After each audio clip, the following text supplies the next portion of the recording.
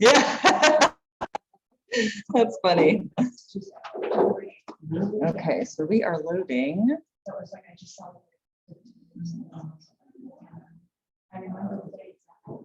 Hey, Jim Tucker, can you hear me?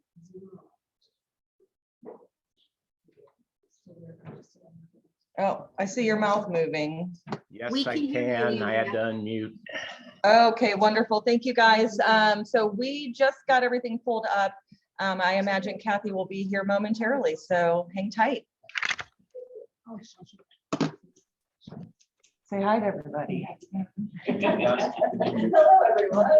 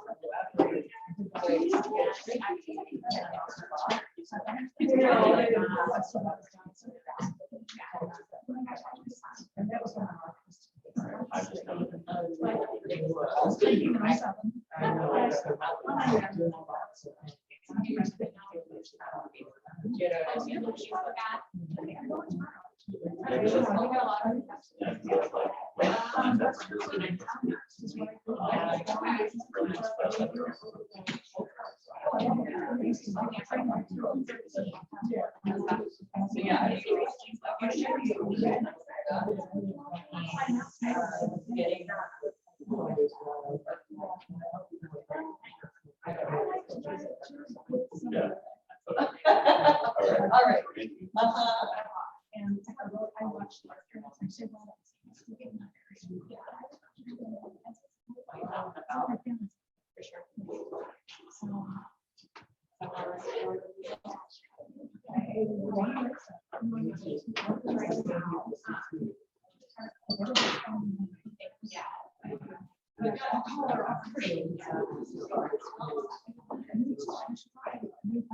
Good morning, everybody. Sorry.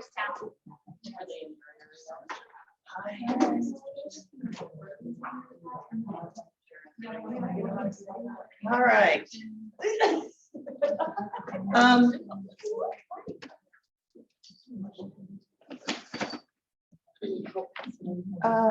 I need copies. Okay, if you would.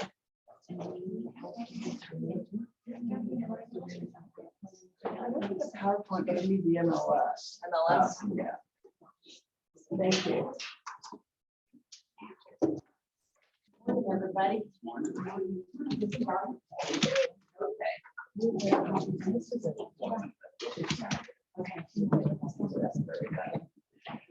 Good morning, everybody. Thank you, and I apologize for running late this morning. I'm Kathy Chiero. I don't have met most of you. First thing, my team meets every Tuesday morning at 9 a.m. And one of the first things I do is I ask my team, what challenges did you face this week? What problems, what's going on? And it's always helpful because everybody's faced something else happen, and then we all kind of pitch in on our own times we've done that. So I want to start the class this morning. Normally I have a PowerPoint. I don't today because I really want to talk today about real life things that you're facing out there working with buyers or listing homes. And I just want to make sure that I address whatever issues I hear from you to make sure the class is valuable to you. So does anybody out there have a challenge specifically, or challenges that you see that just say, this is making me nuts, I run into this all the time? Yes, sir. So I don't do a ton of listings, so I've been referred to 2 or 3 recently, and like the people that I get are coming to me are like, well, the other agent said that they didn't want me to list at this price, and I really want to list like 270, but like 254.9, Yeah. like the number it should be listed. Sure. And you list it and then it sits. I mean, it's like they absolutely Yes. don't want, the only reason they're wanting to come to you is because they want you to be like a yes person. Sure. And it's like, hey, I don't think that's a good idea also. Like, Okay. correct, but Okay. like, how do you handle that objection? Perfect. And that's very common. That's very common, especially in this market where many people are getting into the market because they think their home will sell. So a lot of this is education based. It's really sitting and educating the homeowner on how the market works. We're going to talk about that, but that's a very common problem. Even more frustrating is when you tell them that they list with someone else and it sits for 35 days and then sells at what you said it would sell for. Yeah, that is really, really frustrating. We're going to talk about that. Anybody else? Buyers or sellers? Anything? Yeah, back here, Joe. My thing's not with buyers and sellers, mine's with other realtors and brokerages. Yeah. Oh, we have enough time in the class. So just like with my current listing that I had to just went in contract, ever since it went active, all I've dealt with is nonstop negative feedback from them or vague feedback. And the one offer that I had come in on my listing was a client that I sit up for, a realtor that I sit on with one of my board committees. And he's been doing it a lot longer than I have. And he was just so negative from the first text message all the way through the transaction, trying to get a closure. And it's just trying to overcome other realtors' lack of professionalism and inability to seem to remember how to negotiate. Okay. Well, number one, if you're hearing that your listing is priced too high. Comps came out right yeah. where they need to be. But I'm just telling you, if the buyer's agent has the right to be negative, then it's been out there too long and it's priced too high. Because one of the things I tell buyer's agents is the last thing you want to do if your buyer wants that house is to be negative. Okay. If I have a hot house that's getting 15 offers and an agent calls me and says, well, the buyer's really interested, but that carpet needs to be replaced, they go on the bottom of the pile right there. You're already telling me too much about your buyer. Because if you're coming in negative, knowing others are competing for it, then what you're telling me is your buyer's not fully committed to the house. And so as a listing agent, I've logged that in it. That isn't to excuse negative. That isn't to excuse unprofessional realtors. But negative feedback isn't necessarily unprofessional. In fact, it can be very professional. It can be the best thing you hear that day. If it helps your agents, if it helps you communicate with your seller. Those of you, has anybody here been in the business longer than 10 years? Ann has, yeah, a few of you. We used to depend on negative feedback to educate our sellers for why their home isn't selling. So negative is a positive if it helps you communicate to your seller, hopefully what you already told them. I told you your house, we had a smell of cat in your house, and now we're hearing it from other buyers and sellers. So negative can be. One thing I would encourage you to do if you have listings and you are using CSS for your feedback is put in the parameter that the feedback has to come to you before it goes to your homeowner. In other words, don't have it sent right to your homeowner. The reason for that is if you do, you're going to be driving 270 and get an angry call from your homeowner about something a realtor said, and you have no idea because you haven't read the email yet. So one of the things I do as a listing agent is I have every feedback come to me first, and then it has two parameters on there. It's taken publish to the seller or manage the feedback. Manage the feedback means you can go in and add your comments and edit it before it's sent to the seller. I do that virtually every time. And the reason, one is if it's negative, if it's vague, sometimes I do want to soften it. In other words, I don't want them not to hear it, but I do want to soften it. And if it's vague, I want to clarify it. So what I do is I call the agent and say, look, you said this house is not updated enough. Can you be more specific and tell me what your buyer thought? And then in that manage your feedback, I add in my comments to my seller. Hey, Joe and Mary, this is Kathy. I spoke to the agent. This is what they mean when they say the bedrooms are cramped or the bath is this or that. So, but let me speak very briefly to professionalism as agents. You're going to work with your client once every 10 years. You're going to work with all these people for as long as you're in this career. So every interaction you have with a colleague should be one, I call it a water cooler compliment.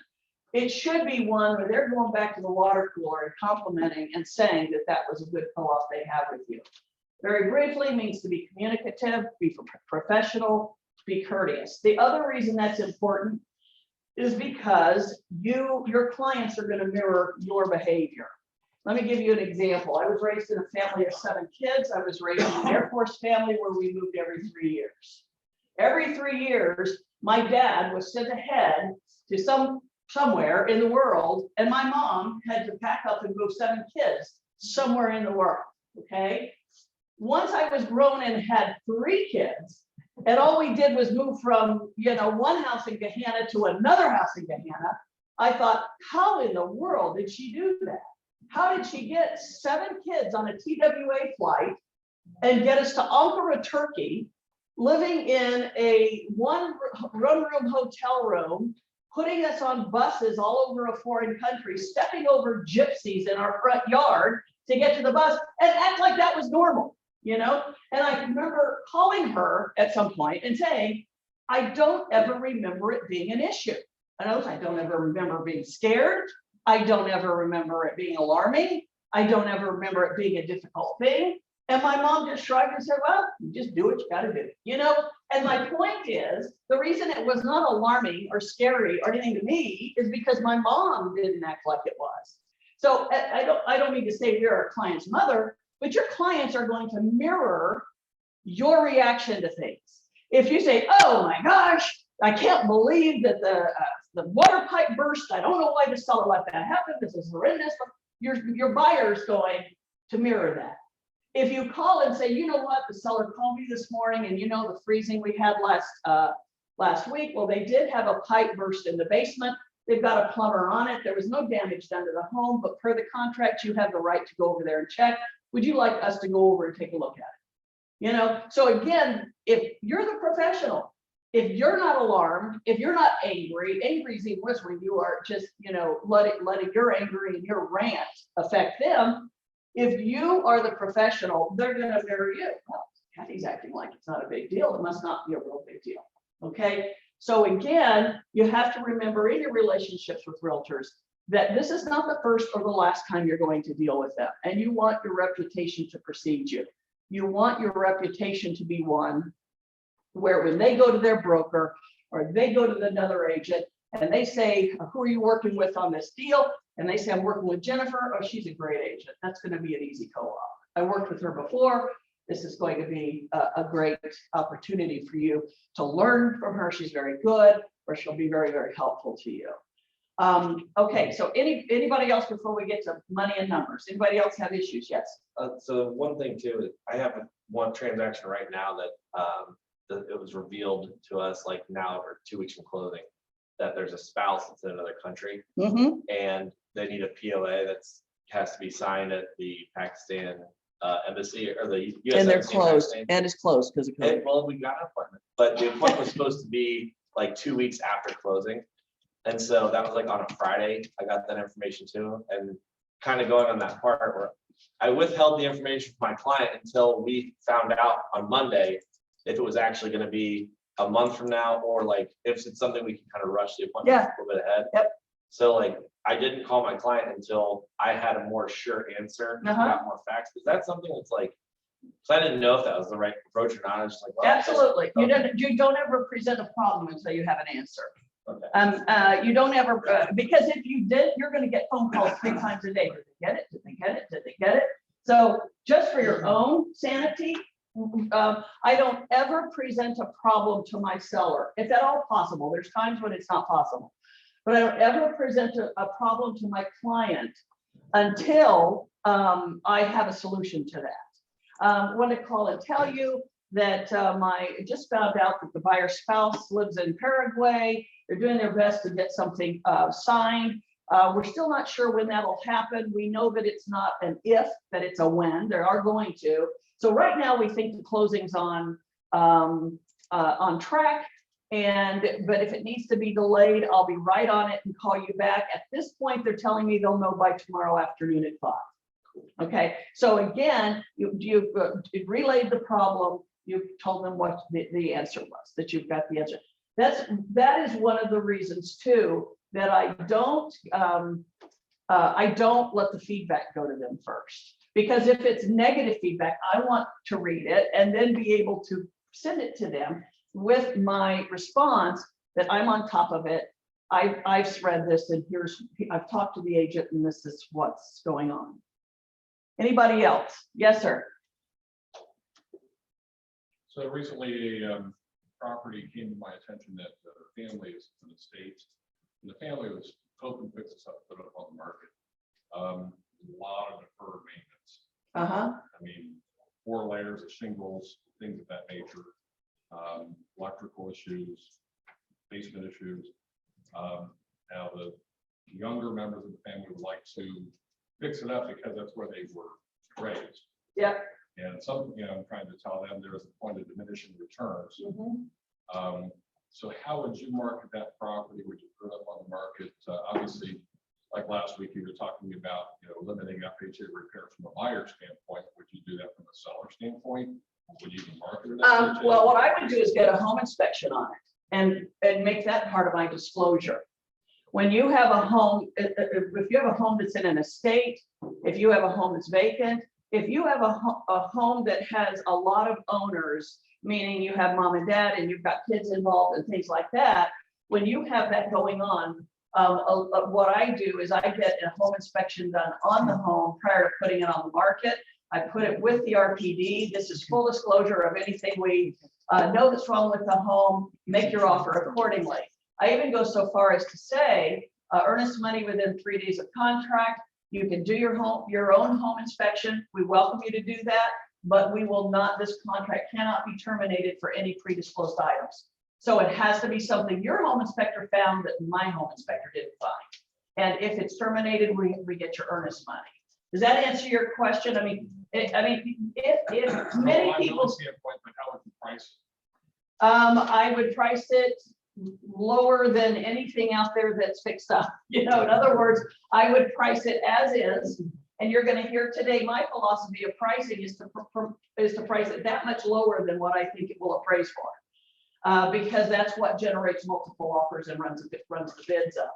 You would be surprised on those houses. I do that a dozen times a year, where it's not always in an estate. Sometimes it's someone who's leaving town, home has deferred maintenance. I call them, don't call me a sexist, I call it single mother houses, where it looks gorgeous inside, but the furnace hasn't been checked in 14 years. And so so I'm talking to the woman and she wants to leave town, and I suggest to her that she do a home inspection. So she does. In one instance, she called me crying. We should have never done this. My home is in horrible shape. I now have to disclose all these things. So I looked at the home inspection and it was exactly in the shape I thought it was. It was not in great shape. But I said to her, Yvonne, here's the deal. You would have had to disclose. First of all, we did not make a mistake. This is exactly what I thought we would get. This is exactly what I wanted to disclose to the buyer, because your home is in first-time home buyer range, and I don't want little Johnny and little Susie thinking they're knowing. I want them knowing what they're getting into. And she goes, well, this is going to scare everybody away. And I said, yeah, exactly. Yay! It's going to scare everybody away except people who can buy that house. And so I said, let's put it on the market. If I'm wrong, I said, if I'm wrong, I will admit it and take you to lunch. But Yvonne, if you trust me, we're going to get multiple offers from people who don't care. And where is Tracy? Is that the house you bought? No, Rima bought. Rima bought that house. So we put it on the market. We scared away all the Johnnies and Susies. Okay. So the only people that looked at it were investors that took this report and went, How much do I have to offer to get that house? Okay. And Rima in our office ended up coming in, paying cash, and this woman got 50,000 more than what I told her she would get from an investor who wasn't scared away by water in the corner, who wasn't scared away by a gutter hanging. Tracy, would you be scared away by a gutter hanging from a house? I love it. So exactly. So yes. So would you consider, as a listing agent, possibly putting a bid on it yourself, as far as how would you No, it's not my thing. But I have had houses that I knew immediately for other clients that I would immediately say, I already have a buyer for this house. And those of you who are in the business of buying and flipping for yourself, absolutely. That's a whole other can of worms to buy that house. But there are times, that's the reason, you know, realtor's second profession is investing in properties, because we do have eyes on the property first before we get that. But my point is that there are times when the home is in such condition that it's to your advantage to have a home inspection out there. Now, I get questions all the time from homeowners who have good, well-maintained homes that say, should I do a home inspection first? And honestly, I tell them it's really not necessary. You know your home pretty well. There's a couple areas I recommend that you look at before we put your home on the market. Look at the attic. If you've never been in the attic, we don't want bat feces or mold. So if you might put a ladder up there and take a quick look at your attic. If you have a crawl space that you haven't seen in 10 years, get back in the crawl space. And then the third area I recommend is their fireplace. If you have a wood burning fireplace that has not been inspected for years and you've used it, go ahead and have it inspected. Here's why. It's going to cost you $150 to have that fireplace cleaned and inspected. They're going to give you a document that says this is cleaned, inspected, in working order. Okay, great. You hand that to the buyer. You have a fireplace. What if it comes back and says you've got a cracked liner, you can't use this safely? Here's a $4,000 bill for that fireplace to be repaired. What does that fireplace become? Decorative. It's now a decorative fireplace. Okay, what you don't want is to market that home as a working fireplace. Then the buyer does that same home inspection and comes back and wants your seller to do $4,000 for the repairs. And they said, well, you marketed it as having a working fireplace and it's not working. So the three areas I generally recommend that the homeowner do a home inspection on is in the attic, in a crawl space, and in a fireplace. The other thing I do recommend is their roof. If their roof, the roof is the one condition in a home. Well, there's bad foundations are too, but from an insurance perspective, the roof is the one mechanical or structure of a home that can stop a loan. The reason for that is because if you have a roof that's at the end of its useful life, very likely the buyer can't get homeowners insurance. About 10 years ago, gosh, I keep saying that, it's probably now 15 years ago, when we had that spate of hailstorms, we had like 4 of them in 5 years, and roofs were being replaced right and left. Well, the insurance industry stepped in and said, okay, we're putting out a lot of money on roofs, so now we're going to become much more picky about when homes are transferred ownership. Before we agree to put insurance on the home, we want to make sure it's not a hail damaged roof. We want to make sure it's a good roof because we don't want to be liable for that roof 2 years from now. So many insurance companies will come out with binoculars and their people out to look at the roof. And if it's a bad roof, they'll say, we can't give you insurance on the home. So when I'm meeting with homeowners and they say, well, our home's generally in good shape, but the roof is from 1996, but hey, it's not leaking. Then one of the things I tell them is that we either have to get a roof certification up front, or you just really need to replace it. Let's market it as a new roof rather than a 28-year-old roof that, by the way, isn't leaking, because that may not be enough for an insurance agent to look at that and say, well, no, it's not leaking now, but we don't want to claim 2 years from now on that. Okay, anybody else before I get to the pricing? Okay, let's start with listings. Let's pick an easy neighborhood around here. First of all, when I do a listing appointment, by the way, I have never been on anyone else's listing appointment, so I don't know what other people do. But when I go on a listing appointment, I have a presentation for a listing appointment. Yeah. Don't forget to share your screen for the people online. Oh, okay, here we go. It's sharing, it says. It is. Thank you. Okay, so I'm saying my homeowner lives in Woodside Green South in Gahanna, and they want to sell their home. They called me and said, we're interested in selling. Okay, so obviously, we're going to do a quick search and we're going to put in Woodside Green South. And then the other thing I do, the one thing that's not a tragedy, but is certainly something you want to avoid, is your homeowner knowing about a sale that you don't know about, okay? So what I do is, after I've done the name of the neighborhood right here, Woodside Green South, I go up here and I draw a map around it. And then take out the name to make sure that I haven't missed any that my colleagues didn't put the name of the subdivision in. So I'm seeing some of these may not still be Woodside Green South, but then maybe they called it Woodside Green S, or maybe it's just Woodside Green. So these are all Piper's Glen. Okay. I can tell by the address. See, these are all Woodside Green South and they didn't call it that. So we're going to go through. Yes, Linden Haven is Woodside Green South. Waybaugh is Moss. See, all these people didn't call it Woodside Green South. Shame on you. All right, so now I have included, see if any are down here that I need to take out.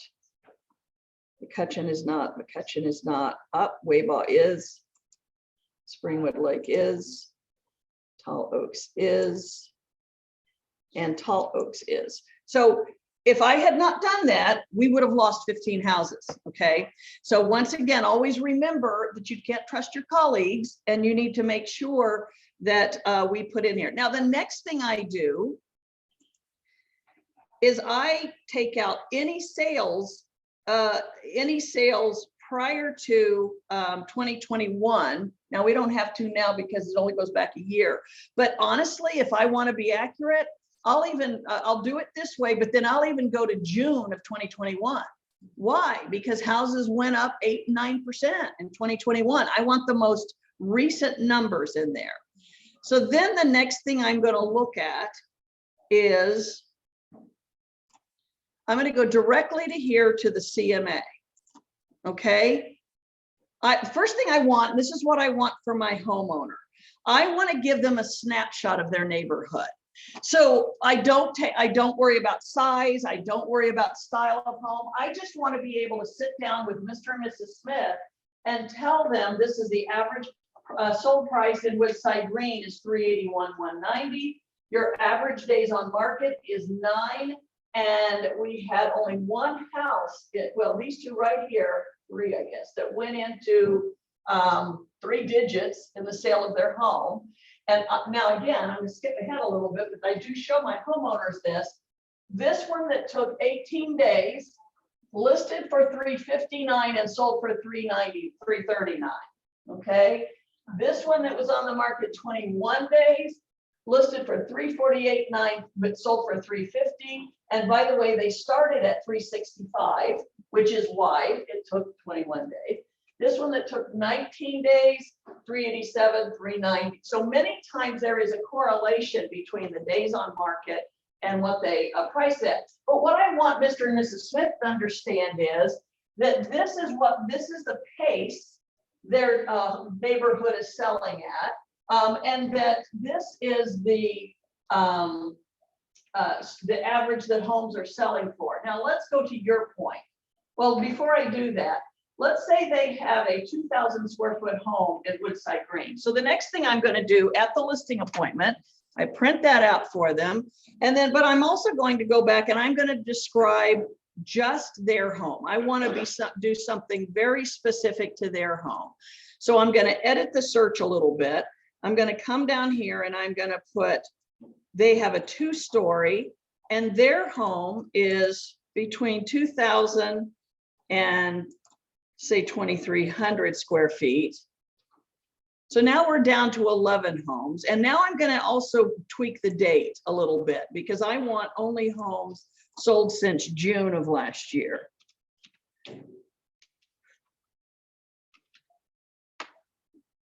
So that very quickly brings me down to homes that are very similar to theirs. And so then I'm going to list those. And then I'm going to say, okay, by the way, I'm doing this at home before I go to their appointment. And the other thing I'll tell you, I never do a CMA more than 24 hours before I go. Because I'll forget the detail, I'll forget that stuff. So many times I am up the night before when I know I have a listing appointment the next day, that's when I do the CMA. And if for any reason it cancels and it's put off a week or something, I go back and do it again. Because again, my head doesn't hold that much data. So I go through. So look how similar all these homes are. They're 4 bedrooms, 2.5 baths. Next thing I'm going to look at, is there anything in my client's home? Do they have the finished basement? This one down here has a second half bath, probably in the basement. So I'm going to measure that. So I'm going to take a look at it. What I want to be able to do when I'm sitting down with my homeowner is I want to be somewhat familiar with all of these homes. I want to know, well, gosh, the one that sold for $450, what did they have that the other homes didn't? Okay, so this is what I'm sitting with my homeowner with. Now I'm going to start with your point right here about the educating the homeowner. This is one of the big mistakes listing agents make. They look at the sold price right here and they give their clients pricing advice based on what the home sold for. Now that makes sense. I mean, it's sold, so therefore that's an appraisal definition. What did the last home sell for? However, what you have to educate your clients about is they wouldn't have gotten here if they didn't price here. The reason they got to here is because they priced to solicit multiple offers and the buyer ran it up to there. What you want to avoid, and I tell my homeowners this, you want to avoid a price reduction. Here is what is key when you're educating your homeowners, right here. Put this right here, 3 to 5. What does that mean? Anybody know what 3 to 5 means? It means you have 3 to 5 days to get that home in contract, or they are no longer in a seller's market. So these, the ones, we go back to the days on market here. We're going to call these poker chips. Sorry. In this seller's market, in this market where the seller is the bachelor on the bachelor, and they have 50 roses, one rose, and they have 50 people wanting that rose, your seller should get everything. They should get the highest price. They should get the best financing. They should get the buyer who waives a home inspection. They should get the buyer who waives attorney approval. They should get the buyer who waives appraisal. They should get the buyer who doesn't need a home warranty. And they should get the buyer who will close when they want to close and let them stay in the home as long as they want to stay in the home. That's all the poker chips, okay, on the table. So you have 3 to 5 days to get your seller all those things. Sellers are always focused on price. My neighbor sold for $390. Okay, they're always focused on price. And what you want to say to them sitting at their dining room table is, I absolutely want to get you the best price. But don't you want all of these other things? Well, yeah, absolutely I do. I guarantee you these people may have gotten the price. Everything else got sold down the river. I guarantee you they had to do a home inspection and do repairs. I guarantee you they didn't have appraisal gap. I guarantee you they had to negotiate closing and possession. So what you have to educate your client with is that this is not the end all. This is the gold poker chip, but don't you want everything else that comes along with that? If you do, we need to price down here, because the only way those sellers got this is they priced this $20,000 difference between the two. And here's the other thing I tell homeowners is that your home price on your home is going to be scrutinized 3 times. First is called the wow. Second is the realtor. Third is the appraiser, okay? So let's take a home in Woodside Green. And let's take this one at 335. It was on Moss Oak. Okay, house here. The first wow in this market is the buyer walking in the house and saying, wow, thank you. Come in the house and say, wow. They're saying, wow, because for that price, this is the best home they've seen. Now, if I put 385 on that home, they're gonna see it because in this market, they're gonna say, well, it's Woodside Green, it's smaller, it's only 1,800 square feet, but there's nothing else out there. Let's go see it. They're gonna walk in, but we're gonna lose the wow. Okay, so the first test of pricing is the wow. The buyer has to say, wow. They have to, within 30 seconds of being in that house, be looking at each other and placing the Christmas tree. Okay, so now the second is the realtor. They're gonna be standing in the kitchen of that house that they just wowed on. They're gonna look at their realtor and they're going to say, what do you think? Thanks, Chiero. What do you think? What do you think about the price of this home? Now, if it's on day 2, the realtor's going to say, well, it doesn't matter. You know, between days 3 and 5, you're going to start at that price and go up. Okay, so the realtor is going to weigh in and say, I can tell you that I think this home is overpriced, but it doesn't matter. The first 3 to 5 days, if you want that house, you're going to start at list price and go up. Now, a responsible realtor will still run comparable sales for them. A responsible realtor will still say to them, look, let's go back to my office if we have time, or go to my car and let's pull this up and look at it. And then they're going to run these exact same numbers and they're going to say, yep, they're at 335. Average sale list price is 361. Average sale, they're right on the money. Okay, good. We passed the second realtor test. You know that they're going to say, yeah, you're right on the money. Now, before I move to the appraiser on this, let's say we're on day 10 or day 12 or on day 14. How does that conversation change? Well, all of a sudden they'll say, well, you know what?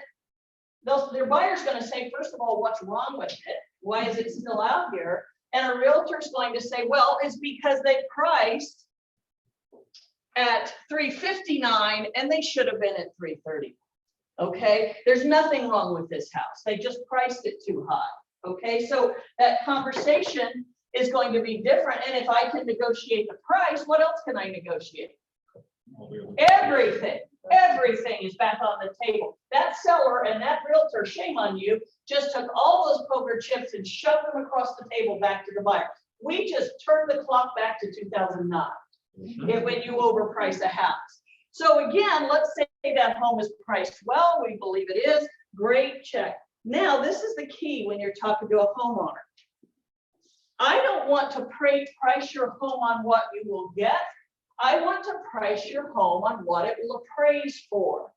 Okay, so then I play like it's 2010 and I say, I think your home at 1,800 square feet, which is one of the smaller homes in Woodside Green, very nice. You've got 3 bedrooms, 2.5 baths. I think that this is your springboard. I think this, between these 2 numbers, is your springboard.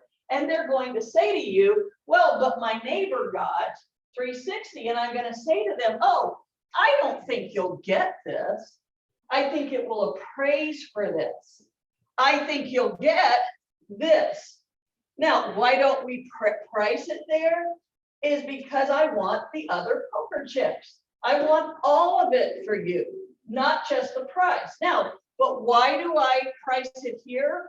Because if a buyer comes in and chooses to price it higher, whose problem is the appraisal? The buyers. It becomes the buyer's problem. When they come back to me and they say, well, but it didn't appraise. It's not my problem. We priced it. Well, do you think it would appraise at 335? Well, yeah, okay, that's what we thought too. You chose to come in at 360. So now you, at the authoring stage, you tell me how you're going to solve that problem. It's not my problem. We didn't put it at that price. My seller and I agreed that their home will pass the WOW test, the realtor test, and the appraiser test at 335. You chose to come in at 360. So now in this pile of all the offers I have, you tell me how you're going to solve that problem. You tell me how your buyer is going to bridge that gap. So we're taking that, not just the possibility, but the probability that that home won't appraise, and pushing it over to the buyer and the buyer's agent's responsibility, rather than, and this is how the conversation will go, is if we priced it at 360, and let's say we got someone willing to pay that and it didn't appraise, well, that becomes our problem. We're the ones that put that price on.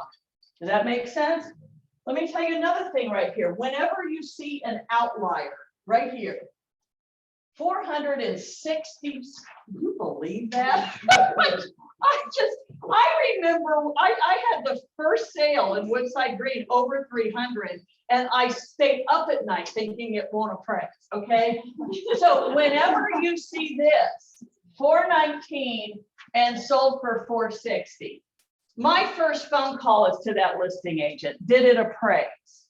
Okay, because if it didn't appraise, it's not about, guarantee you that didn't appraise. Okay, but anyway, if that is the number, you have to be able to sit at the listing appointment and tell your seller. Now, don't get dazzled by that. The home did not appraise. The home only appraised at 430. But they got a buyer willing to bring money. And by the way, why did they get that buyer? Because we priced at 419. Okay, so you have this, your listing appointment needs to be bells and whistles light and data heavy. You need to be able to educate your seller looking at the numbers as to why their best bet to get here is to price down there. Now, you will still have, when you get into the realm of competing with other realtors, you will still have realtors promising this. You will still have realtors saying, well, I don't know what Ken Parra's talking about. You got your neighbor right here that has sold this. But I'm telling you, most smart homeowners, and I think anyone who's bought a home has some level of intelligence. When you explain to them how our market works in terms of days on market, the 3 sales, and the importance of getting that buyers in that first 3 to 5 days, most of them get it. Most of them say that makes perfect sense to me. So where do you think we should price it to get that? So that you are able to, one, predict how long before we get a market and get an offer. What price do we need to start at? What's the likelihood where we're going to end at on that? All right, any questions? Yeah, Jay? And the seller who doesn't get it, you very likely don't want to work with anyway. Well, the seller who doesn't get it is the seller, in my opinion, most of the time when I run into that, it's not because of a brick and mortar value. And let me explain what that means. It's not because the house itself, if I were purely looking at square footage and neighborhood, that I would agree with him. But it's because of the interior, something's wrong. They've not done any updates. They've had 6 kids that beat up the walls. It smells like cat pee. I mean, usually there's a condition issue that says, yes, I see why you think you should get this number, but in reality, and that's where I take advantage of interior photos and upgrades people have done to their home and things like that to be able to say, but if you are, rather than saying you won't get that because you don't have it, I say, are you willing to do all that to get to this number? And most of the time they say, no, we're out. So most of the time when that happens to me, it's not because me and the other agent disagree on numbers. It's the other agent doesn't want to tell the client that their home smells like cat pee.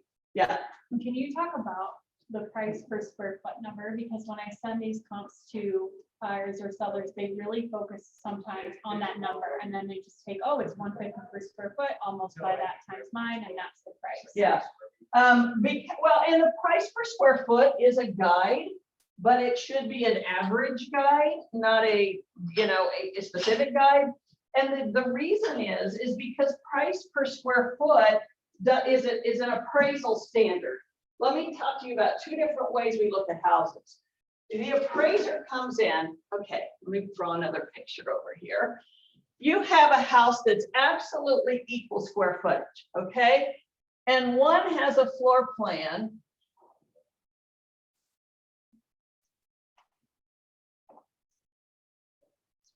This is the kitchen. This is the dining room. This is the family room. Okay, that's number one. Number two.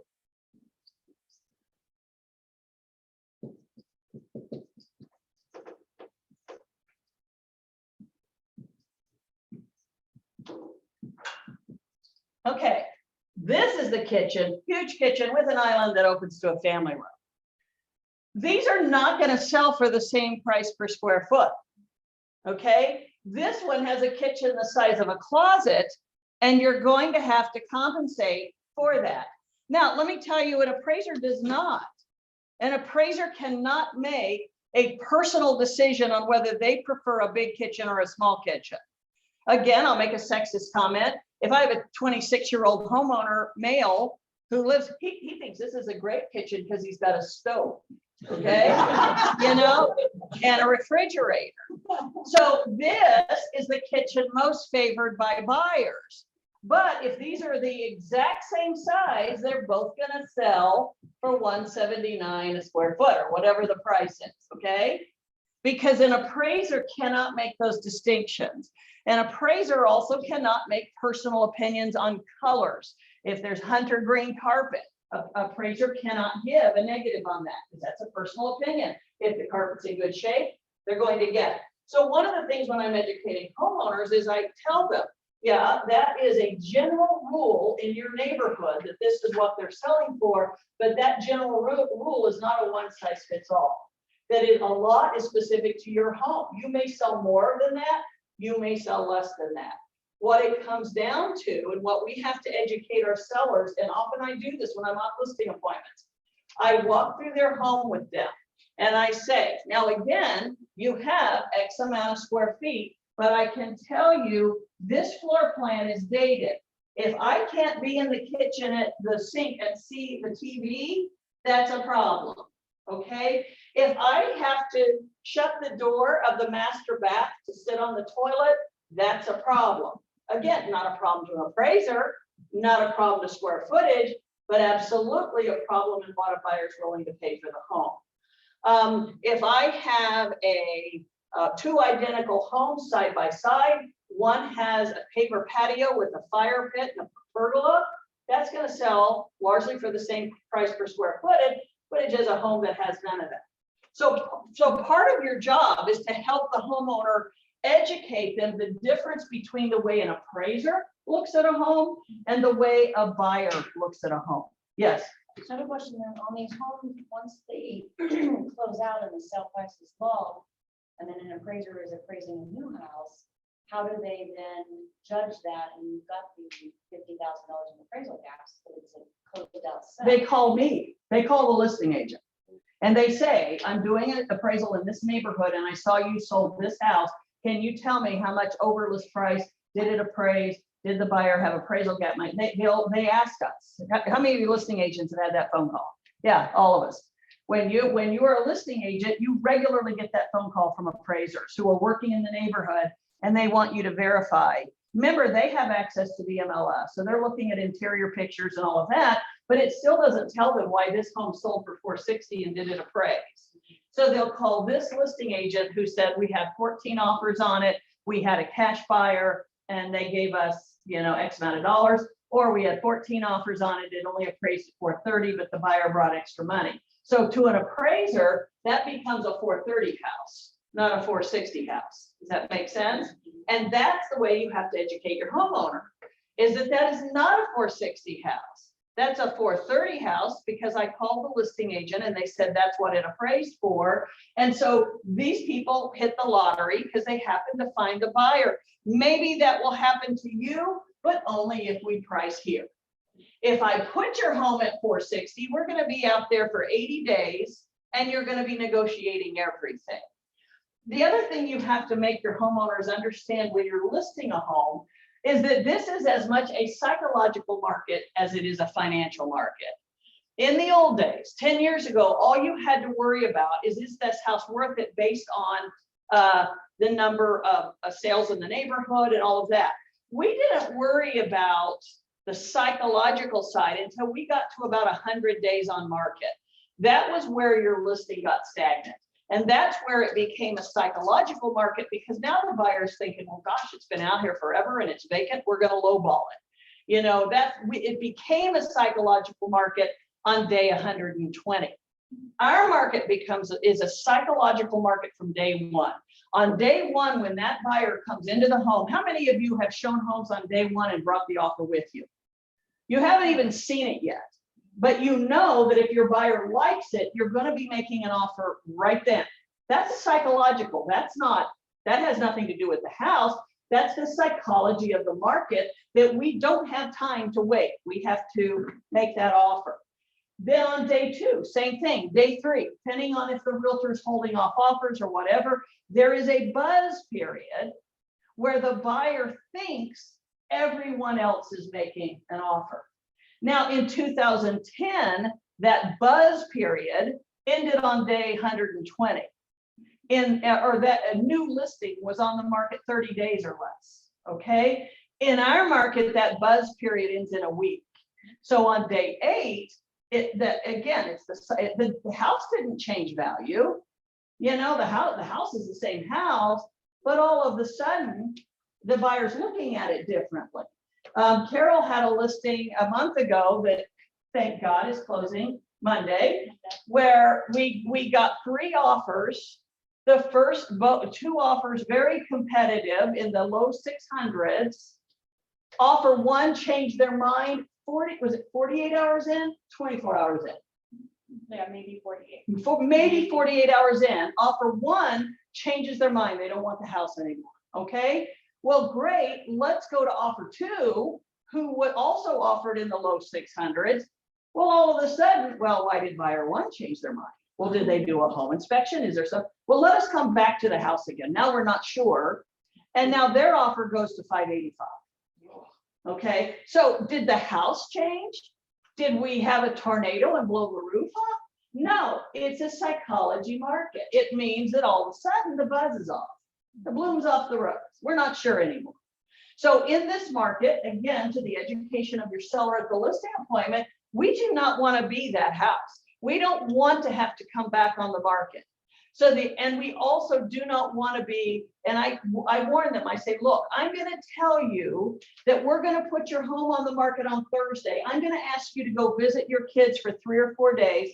I'm going to ask you to come back Sunday night. And on Monday, let's go ahead and set an appointment, because we are going to talk about offers. Well, we haven't even put it on the market. How do you know we're going to have offers? Trust me. Can you be there 2 o'clock Monday? Okay. So again, we set that up. But I also tell them, I know it's inconvenient. I know it's crazy. For all these days, you can't come home. You have people coming in. But let me tell you, when it's over, it's over. By Wednesday of next week, it's crickets.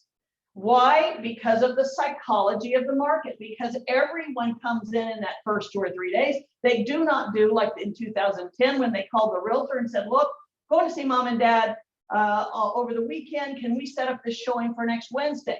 Now they say, I'm canceling mom and dad. I'm canceling the cruise. I'm not going to Gatlinburg. We're going to see this house. You know, we got to get in and see the house. That's a psychology market. So you've got to really impress onto the sellers that this is not, when you have that seller saying, well, I'm willing to wait. Well, I'm willing to wait. I'm not in a hurry. Well, you better be, because if we don't have your home in contract by Sunday night, we are now in a buyer's market, and let's start negotiating everything on, you know, in the seller's behalf. but they don't know that. All they see is the little postcards they get, or they look online and see what their neighbor's home sold for. They do not get the mechanics of getting there. That's your job. Your job is to educate them on the mechanics of getting there. So biggest mistake listing agents make is putting the price up here when it should be here. Their failure to be able to educate the seller on that. And the other mistake they make is by not checking and make sure the home appraised. Before you're sitting down with your homeowner, you should be able to tell them, I've spoken with this realtor, and I spoke with this realtor, and this realtor, and this one. This did not appraise, this did not. What did it appraise for? They've already closed. They can tell you, well, this only appraised for 430. And by the way, I'm making this up. I didn't call these people. This appraised for 430. This appraised for 425. So now you're able to go to the seller and say, this is really a 425 house, and this is really a 430 house. They just happen to win the lottery and get a buyer, and you might too. You might get that. We don't care. We're putting your home right here where I know it will appraise. Because that's the stake we're putting on. We're putting our stake in the ground where I can own the appraisal value on that home. While we're here, let me give you what I've been hearing a lot of lately. We've been getting a lot of offers on houses where the agent says, the buyer's agent says, my seller is making an offer of $350 on your 325 house, and we will cover any appraisal gap. No number. Has anybody seen that? We'll cover any appraisal gap. Okay, that sounds great. Okay, until you call the listing agent, the buyer's agent, and say, so you're saying if it appraises at 175, your buyer will bring 175,000 to closing. Well, no, that's not. We're pretty sure it'll appraise at 325. Okay, but that's not what you said. What you said is any appraisal gap. So unless you give me a number, I'm going to counter saying that you're going to show me that you have 350,000 in cash in case it appraises for $1. Because that's what you said. What you said was that you would cover any appraisal gaps. What they mean is that we will cover anything over what you listed it at. Okay, well, at least that's what they're telling their client. Don't worry about it, because I agree with Kathy, and it's going to appraise at least at 325. And we'll show them that you have 25,000. Okay, that's not what you said.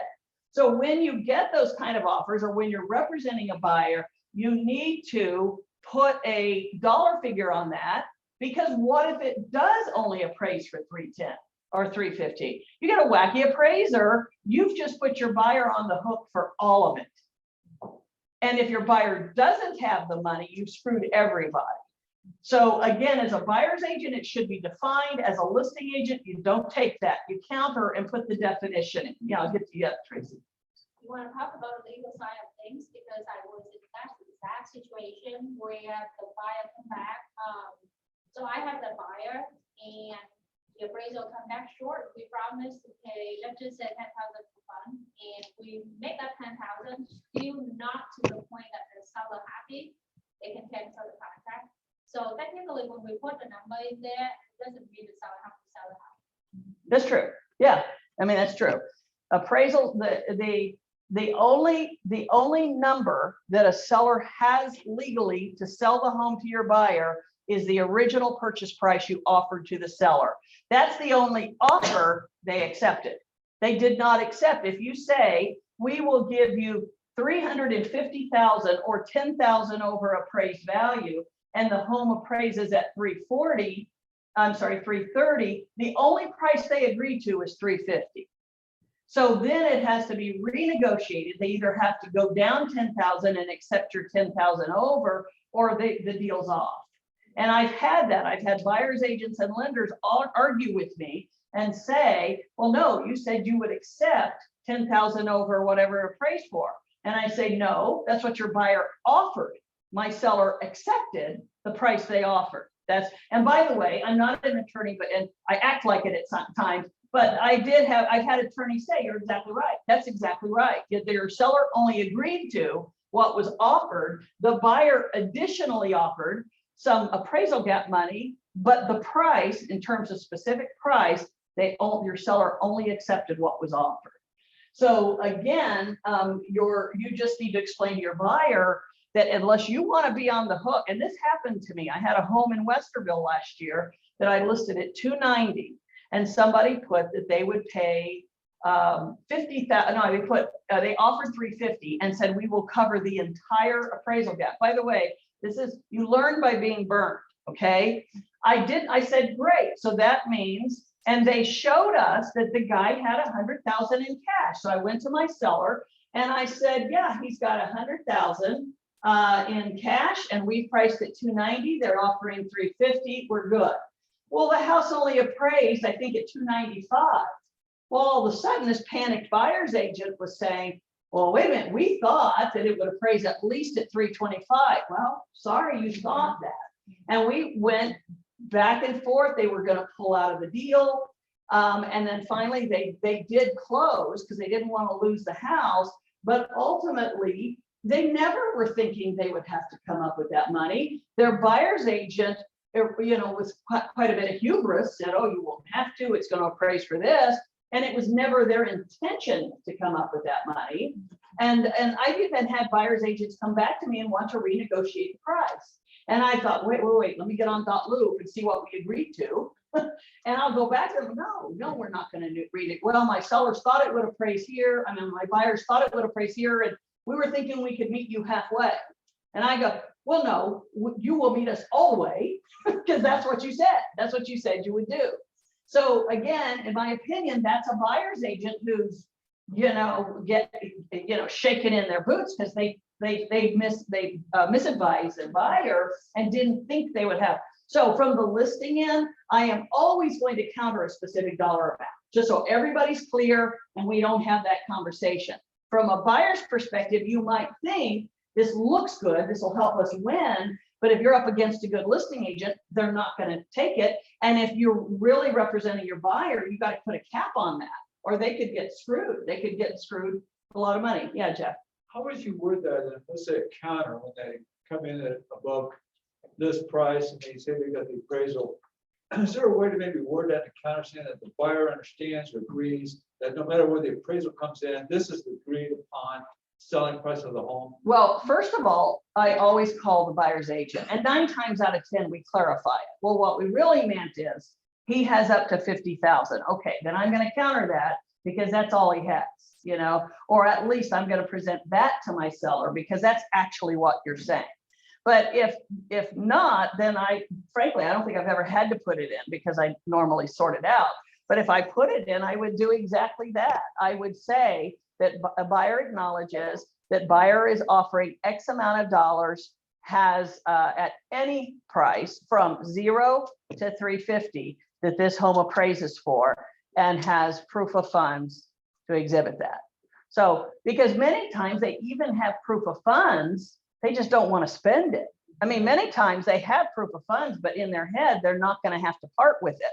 Where it becomes a problem is when they have to part with it. So if they didn't have proof of funds, I wouldn't even consider them as an offer. But what the times it's happened to me, they've had proof of funds. It's just their buyer's agent probably told them you're not going to have to use it. And then when they do, all of a sudden they're going back to their buyer's agent, and their buyer's agent's coming to me saying, can we make a deal? Well, no, we already made a deal. I'll show you their signatures on it. They already made a deal a month ago. So we just clarify saying that the agreed upon price, the appraised price of the property, whatever it comes back to, is not the agreed upon contract price. No, that is the agreed upon contract price. Not the appraised price, though. No, but our appraisal clause already says that if it doesn't appraise, here's your options. And one of those is they can renegotiate with the seller on the price. So the appraisal clause already says that in our purchase So contract. we just have the buyer waive it? You can have a buyer waive. I've had buyers waive clause 3 point whatever, which again, that's another distinction. Is your buyer waiving it or is the lender waiving it? Because your buyer waiving it doesn't mean there won't be an appraisal. The lender may still do an appraisal. A buyer waiving it simply means they are taking out the contingency that the house must appraise. And in that case, we're back to square one. I would go to the buyer's agent and say, show me proof of funds that they have the ability to buy this house cash, because that's what you just said you're willing to do. on this, Thank you. okay? Anybody else before we move on? Yep. A question about like pricing unique homes, like either with land or, Yeah. buildings and different stuff like that, how do you judge? It's a good guess. It's just a good guess. And anybody who tells you otherwise is lying. I've done this for 25 years and I still go in as a good guess. So a formula is if I have a house in Sunbury on 25 acres, I first take the acreage out and I run comps on the home, just like I would do here. And what it's telling me is that home on a normal lot would sell for X amount of dollars. Then I go do a land search and say, how much is land selling for in that area? And then let's say the land is worth, I don't know, $20,000 an acre. Okay, and this is where it gets tricky and complicated. When you have a house on acreage, you have 25 acres and the house sits right here. This is a valuable acre. This is dirt. Okay, so that first acre, so then I run two searches. What is 1 acre of land selling for in Big Walnut Schools? That's probably $120,000 if it's buildable acreage, okay? So this house is worth the house plus 120K. This is worth $6,000 an acre. That makes sense? Then you go in and then you start looking at outbuildings and you start, let's use all the things, swimming pools, outbuildings, 6-car garages, horse arenas, whatever it is, whatever it's extra is a good guess and you get better at it. A lot of times we identify other agents who I know are out there. But first of all, the item is useless unless the buyer needs it. So people say, well, I paid $65,000 for a pool. Well, if my buyer doesn't want a pool, it's a hole in the ground. Okay, so from an appraisal standpoint, it's interesting fact. From an appraisal standpoint, pools in Ohio are worthless. They're a zero sum. What's valuable is the patio and decking and the pretty stuff to use the pool, because those are fixtures, those are improvements to the home. But the pool itself is a zero sum to an appraiser. People say, well, I have a 6-car garage. Okay, but if someone has 2 or 3 cars, then 3 is nice, but I'm not going to give you a whole lot of money for it. I've got a pole barn that is not heated or cooled, but it's great. I store things in it. Okay, that has value to someone who needs a pole barn. So again, those are where you get more nebulous, and I would encourage you to call in expertise on things like horse farms, anything that has a unique use of it. But purely, if you're just looking at a house on land, you are valuing the house without the land, you're valuing 1 acre without a house, and then you're valuing multiple acres in the same area, doing rough math, and then coming in and looking at the house and looking at it the same way you would look at a single family home in a subdivision. Is it clean? Is it upgraded? Is it in great condition? The next thing I do on all of these is I say, I do a reverse search and I go to the actives. Let's say you have that home in Big Walnut Schools and you decide that it's worth $550,000 because it's on 10 acres, it's a nice home. The next thing I do is flip it and put active between 525 and 575 with 1 or more acres. So I'm taking out the subdivision homes. And then I see, does it compare well? Am I seeing homes that are a whole lot nicer? Am I seeing homes with more acreage? Let me give you a real life example of a couple I'm working with right now. And this is a good example of what we're talking about. I have a couple who is very interested in this home right here. We've been out to see it a couple times. Okay, I don't know Granville. I wish I did, but I don't know it. But it's a huge house. It's built in 1998.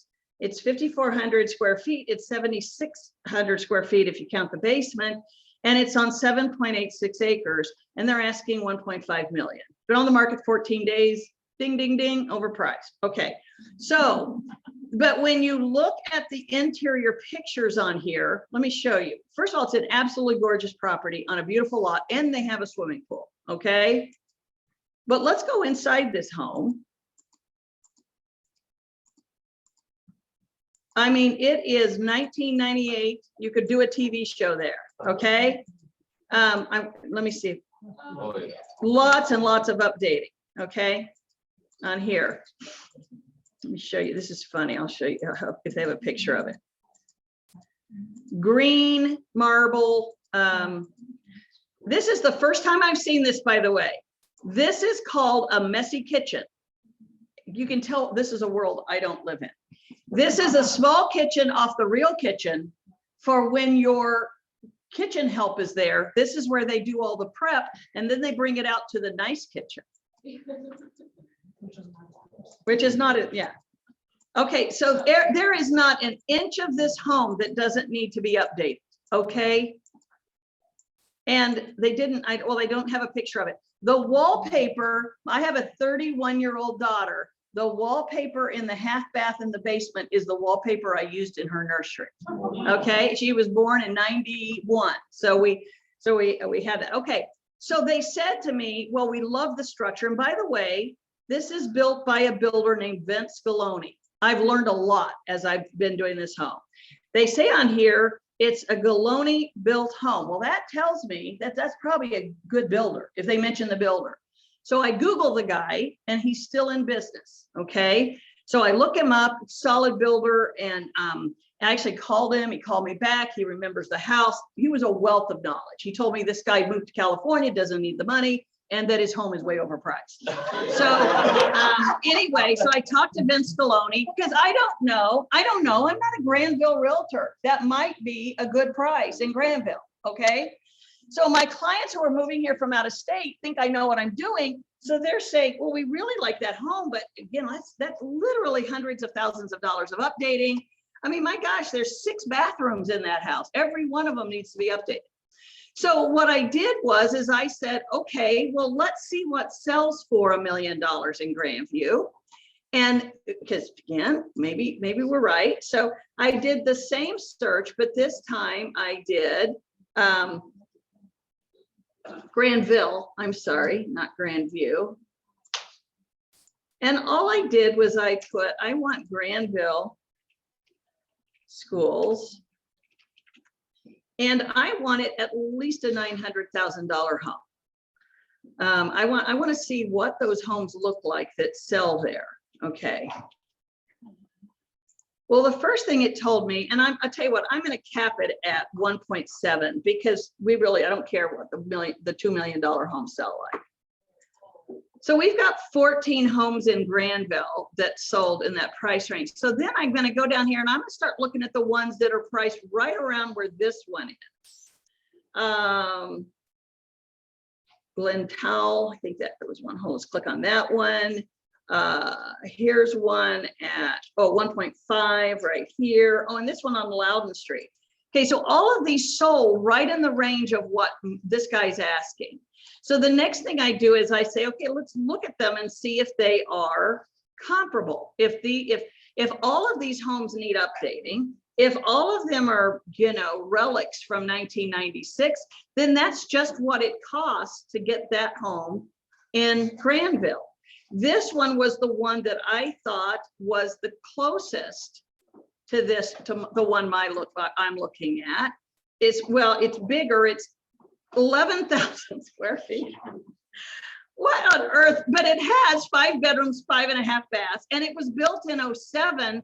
But look at this, it's on 38 freaking acres, okay? So I'm thinking, okay, well, maybe it looks like the Brady Bunch. Maybe it's really, really updated, And so I start looking at this home and I say, no, this is a fabulous home, okay?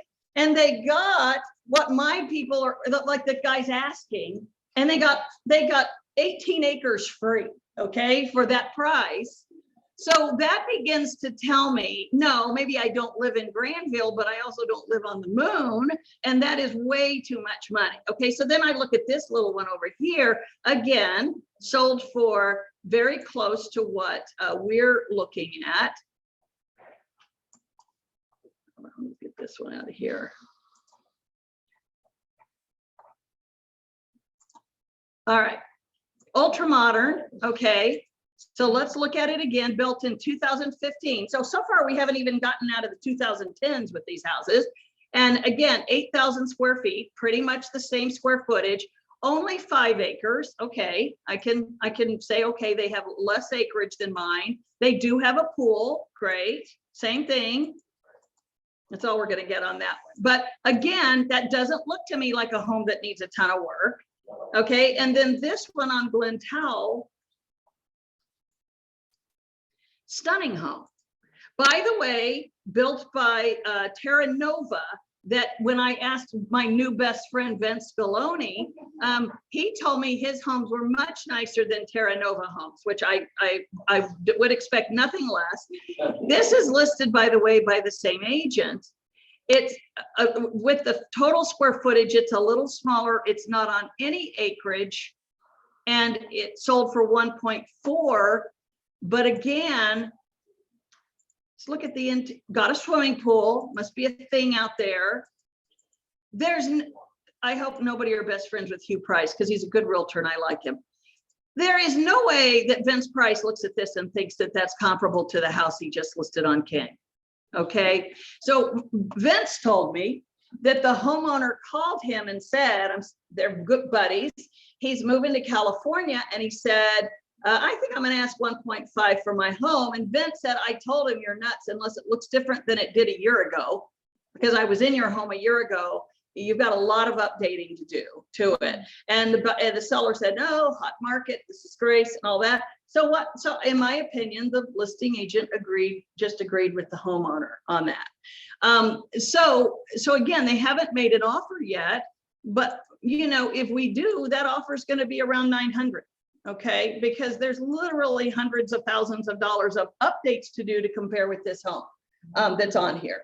So again, sometimes back to your question, you don't know what it is, but you can kind of figure it out. And every day that Canyon Road home stays on the market, we have a better chance of getting it at the 900,000. But there's no way it's worth 1.5.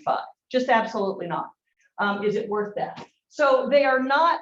There is no science. It's not as easy as science. In fact, I tell even on subdivision homes, I tell homeowners that pricing a home is not a science. It's a good guess with good data. And in a subdivision, you have better data than you do out in the country. But so what I do when I have homes, I do my best. And then what I do is I call in favors. I check around and see who lists a lot out there. And I'll say, look, could you do me a favor? This is a home I'm listing. This is what I think it's worth. Could you tell me if I'm wildly high or wildly low? And I call an agent I respect. One of the great benefits of being with Keller Williams, where you have literally, thousands of agents all around, is to call a better agent and say, could you take a look at that for me and see what you think? And then you sit down with the homeowner and you be honest with them. You say to them, you know what? It's tricky. One of the hard things about listing homes in the country is there's no two alike. They're all custom, they're all unique, and the land is unique. And the homeowner loves to hear that because there's a one-of-a-kind home. And then you say to them, so because of that, I'm going to give you a ballpark that I believe it will sell in, but can we agree that if we have 6 to 8 showings and we don't get an offer, because that's all it takes in this market, we can look at reducing it. And once you've explained all these numbers to them, very often they'll say, yeah, that's fine. Yeah, I'm comfortable with that number, or no, I'm not. If they're not comfortable with the number and it's not wildly stupid, I'll even try, because this is a wildly stupid market where somebody will. So if they're within 25, depending on the price range, if it's a high-end home and they're within 50,000 or 100,000 of what I want, I'll give them the benefit. When you get into really tight markets, like we were just talking about with Woodside Green, those are not hard to price. Okay, those are very, very similar homes. There's probably 10 different floor plans in that neighborhood. And so it's all up to updates and location, and they're fairly easy to price. So there's the margin of error is smaller there. If I went into Woodside Green and someone said, I want to go 50,000 high, I'd price, I'm not your realtor. I can't commit to a price I can't sell and go that. But when you get out in the country, I just, take it, whatever it is, because again, the market, the other great thing about this market is it corrects you very quickly. you're either right or wrong in a week. Okay, it doesn't take months to figure that out. And as long as you set that expectation at the listing appointment where you say, look, I'm willing to take that price and let's see, because I want you to be right. But can we agree that based on what I've explained to you, that in a week, we're gonna know. And if you don't have an offer within a week, we're gonna maybe move closer to my expectation of that. And if you get that agreement at the listing, then they're prepared for it. Let me tell you another thing I do. When I list homes, we have listed, negotiated, and sold hundreds of multiple offer homes in the last 8 years we've been in this market. So I'm even to the point that I prepare the homeowner. If we go on the market on a Thursday, if I'm not being told by Saturday that offers are coming, are we in agreement that midstream we're going to lower the price? And if you tell them that at the listing appointment and they understand what's going on, you're getting their buy-in before it even happens, so that if it happens, then they're already prepared for it. Mr. and Mrs. Smith, this is Kathy Chiero. We've already been getting some negative feedback, and it's been on the market 2 days. You've had 28 showings. I'm not hearing from realtors that offers are coming. Before our open house tomorrow, I think it's in our best interest to drop the price 10,000. What do you think? And you prepared them at the listing. Well, if you think that's the best thing to do, I do. And very often, when you do that, you solicit multiple offers that puts them back up a grade from where they were before. You don't promise that, you don't commit to that, but this is a psychological market. Then what I do is I go on CSS and I say, thank you for your feedback. Remember, it's not even been on the market 48 hours at this point. Thank you for your feedback. The sellers listen to you. We are dropping the price 10,000. Please send your buyers back through the open house if they have interest. Now, it doesn't happen often because we're pretty good at pricing and get the offers, but when it does, you should already be prepared and have your seller prepared to jump in and do that. And I've had realtors say to me, well, gosh, what if they got a great offer on Sunday? What if they got, you did it too soon. You pulled that trigger too soon. Does that happen? Sure, it could, but, It's probably still coming. then, It's too. still coming. Very good. Still coming. You lower the price. Again, my goal is to give them multiple offers, and multiple offers are self-generating of higher pricing. And the reason I don't wait until next week or the following week is because I have been there and done that. I know that if I'm not sitting with them at our preordained appointment on Monday with offers, that our showings have stopped, and because they all came through over the weekend. The other thing, and it's hard for you agents who weren't in a market where we were thrilled to get 2 showings a week, but when I get 30 showings in a weekend, I explained to the seller that used to take me 4 months to get those showings. So don't measure your time on the market in days, measure it in showings. It's like dog years. Your home has been on the market for 4 months. We just happen to get all the activity in 2 days. So if on day 1.5, we've gotten half our showing, so we're 2 months into your listing, hang with me here, then that's telling me already we've overpriced this home. We need to make an adjustment while we still have buyers coming through. Because Mr. and Mrs. Homeowner, on Wednesday, they're not coming back.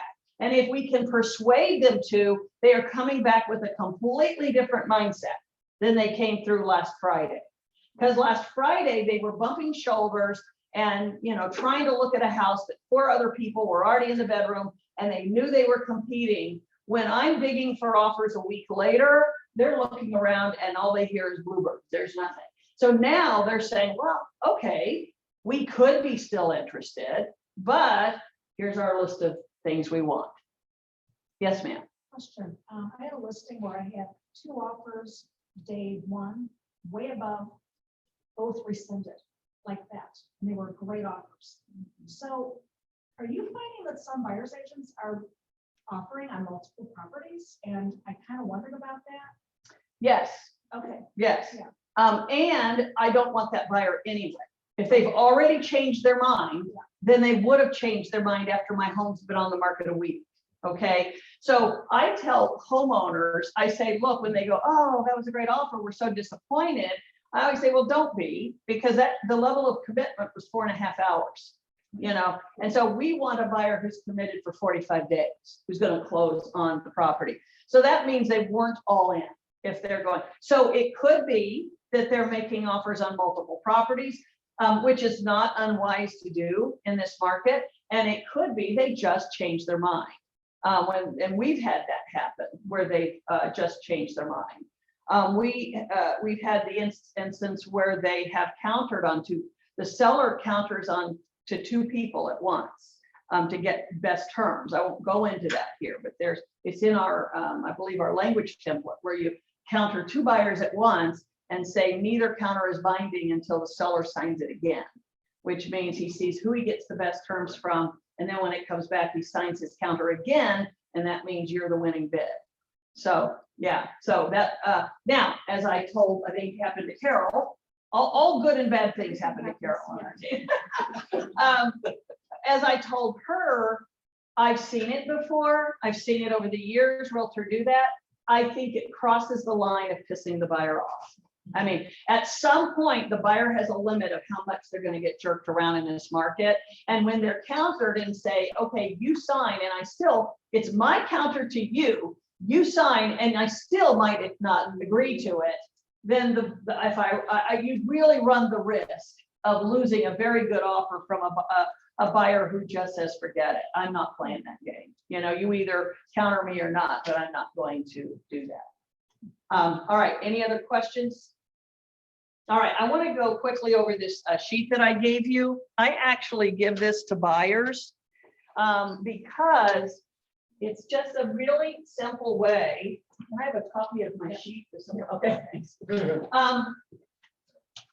When buyer's agents say to me, we've made 11 offers and we're not getting anything, and what can we do wrong? This is a very simple cheat sheet to look at it and tell your buyer. This is coming from, again, a listing team that does hundreds of homes a year, is saying to you that we're looking at all of your offers. We are looking at hundreds of offers in any given week. And the things in red are what you have to do to win. Okay. So you give this to your buyer and say, okay, let's first of all, have we made let's talk about the price of the home. Well, there's various things we can do with the price. We can just offer your best offer right up front.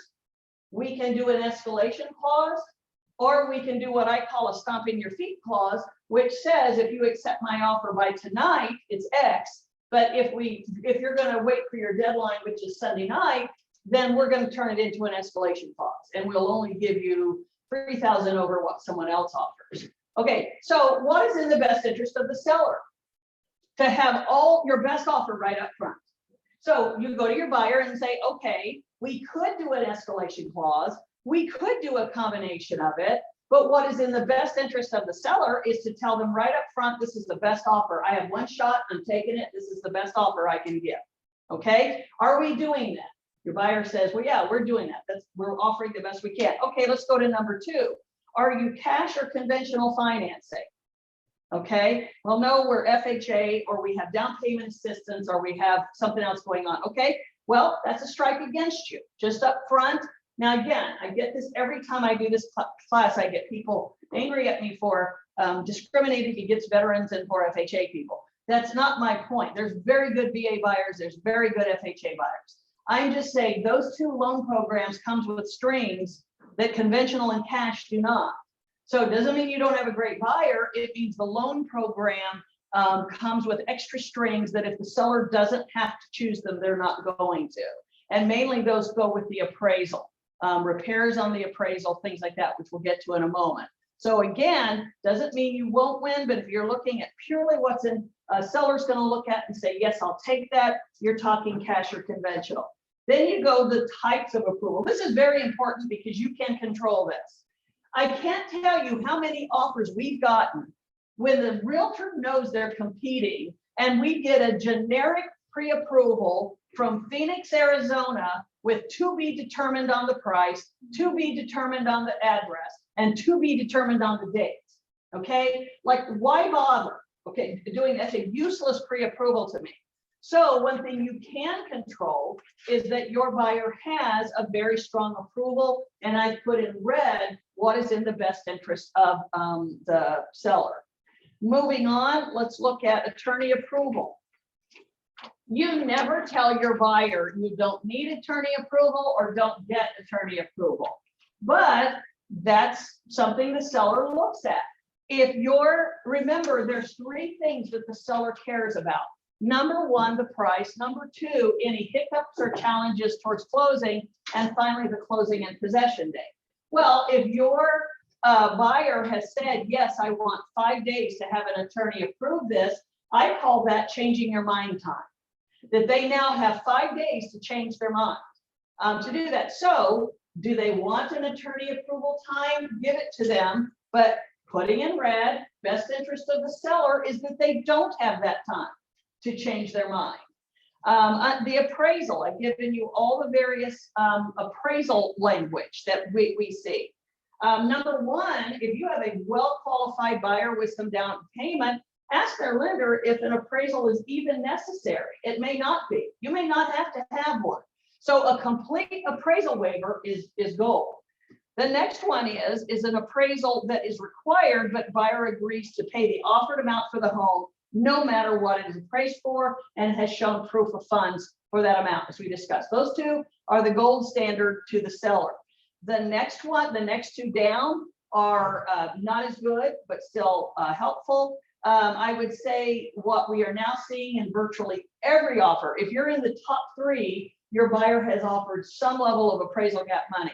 If you have a buyer with no appraisal gap money, it's an uphill battle to get a home in this market. And finally, the buyer who says, no, I have no appraisal gap money, and I want all the terms of the appraisal clause. Moving down to fixtures and equipment, you only ask for what the seller said will stay, okay? Don't throw in pool tables and swing sets and will they leave the hot tub if they haven't. Why? That one thing can be the thing that puts you in second. And don't ask them to remove things. Don't say, get rid of the swing set, get rid of the hot tub. I've had deals where you were the best offer, very competitive, but the seller says, well, they're making us get rid of the hot tub, forget that. So again, if you just stick to exactly what the seller said they want, that's what they agreed to. And then everything else you can deal with down the road. But your goal is to be in first place. So if the seller didn't offer it, don't ask for it, because that one thing can be the thing that keeps you out of the running on the house. The other thing that's very attractive to the seller is, if not all the time, but many times, especially if you're dealing with estates or people whose houses are very cluttered, or people that you can tell by being in it, it's old people who live there, is if you will clear the house for them. Again, you know, Tracy's the queen of that. Tracy Kepper will come say, yeah, leave everything, lock the door. I'll get my crew in here and clean it out. That one gesture is going to save the seller, if they want it, tens of thousands of dollars. It is extremely expensive to clear a house. It runs between $10,000 and $15,000 to clear a house. So if you have a young, energetic couple and they look around and they say, yeah, we've got some friends and I got a truck, tell them to leave everything, that's a bonus. If you tell the seller, because I guarantee you the listing agent sitting with the seller, and that seller is already thinking, boy, I'm dreading this. We don't know where this stuff goes. Nobody wants it, that sort of thing. So if you've got a young, energetic buyer, that's a plus. Home inspection, I can tell you right now, it is now every offer comes in saying, we'll have a home inspection, we'll have the right to terminate, but we won't ask for any repairs. So if your buyer thinks that's a good thing, join the crowd. Everybody's doing that. I don't even think I've seen an offer in years where the buyer wanted to ask for repairs. So that just doesn't exist anymore. So that is now the norm. What you have to be is better than the norm. And that's very tough to do. You're either going to ask your buyer to do, not ask them, but suggest they could do no home inspection, or you're going to suggest that they do their home inspection before they make an offer. Already have in your back pocket home inspectors who for $150 will go in and do a 7-point inspection of a home during the showing period so that your buyer can waive the home inspection. Waiving the home inspection is now, I don't know, team, what is it? Are we seeing what? 2 out of 10 offers are now waiving the home inspection altogether. You know, that is becoming the norm, is waiving the home inspection altogether. So you need to suggest to your buyer in some form that they either are comfortable with that, or that they expend the money to do the home inspection before offers are made, or something. But the other important thing in that is that they recognize that it is not a big deal. It is vanilla. It is what everybody's doing to do a home inspection, retain the right to terminate, but not move forward. Now, let me tell you what I've been doing. I've been having clients who are willing to put up $10,000 in earnest money, do a home inspection, and lose their earnest money if they terminate. I mean, that's pretty powerful, because what they're saying is, doesn't have to be 10, can be whatever number, but what they're saying is, I have no intention to terminate unless it's catastrophic. I'm moving forward to buying this home, but it gives the buyer the comfort of having done a home inspection. So their worst case scenario is they're going to lose the money, but they don't have to buy the house. That is almost as good as no home inspection. I will say, if you can get a buyer who's willing to do that, putting their money essentially where their mouth is, then that is also a very powerful home inspection. Going back to FHA and VA, we've gotten offers where the buyer, remember when FHA and VA make a request for appraisal required repairs, they're not saying the seller has to do it. They're just saying it has to be done prior to closing. So I've had people come in with FHA and VA offers who say, my buyer will do the repairs. If the appraiser asks for any repairs, my buyer will be responsible for repairs up to X amount of dollars, whatever that is. And we will do them at our expense, our risk, before closing. Okay, that's a pretty, again, that's a pretty powerful persuasive argument to say, you just took the one thing off the table that makes a conventional offer better than appraisal, a VA or FHA. You've got an FHA or VA buyer here saying, I've got an 810 credit score. I'm using my VA loan as just a part of my privilege as a veteran, but I understand you're concerned if the appraisal requires any repairs. We'll do it. We're putting our money where our mouth is. Yeah. And that verbiage at the bottom is like all you really have to do. Yeah, do that. yeah. Bear the Okay. responsibility and cost of the repairs for up to whatever that dollar figure is. That's almost as good as having, having a loan. Going to the next review of the home or condo owners declarations and bylaws. Clause 6 of our purchase contract now requires the listing agent to provide to the buyer those documents for review, and that is an out.